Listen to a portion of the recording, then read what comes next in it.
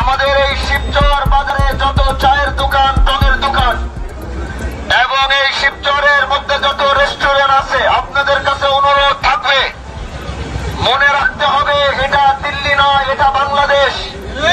মনে রাখতে হবে এটা গুজরাট আর কলকাতা নয়, এটা বাংলাদেশ।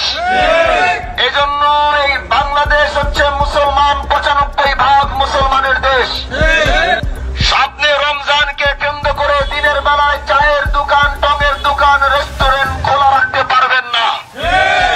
যদি আপনারা টঙের দোকান, চায়ের দোকান, রেস্টুরেন্ট দিনের বেলা খোলা রাখবেন, তাহলে আমাদের নেতৃবৃন্দ সেটা বন্ধ করে দিতে বাধ্য হবে। এদের ফতোয়ার স্টাইল দেখছেন? কেউ চায়ের দোকান টোকান কোনো কিছু খোলা রাখতে পারবে না, আড্ডা মারতে পারবে না। এদের স্টাইল দেখছেন, স্পর্ধা দেখছেন।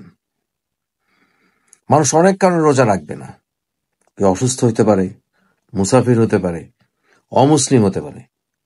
এখন বলে 95% মুসলমান, কিছুদিন পরে বলবে তো 100% মুসলমান। মানে 9% যে হিন্দু এটা স্বীকারই করে না।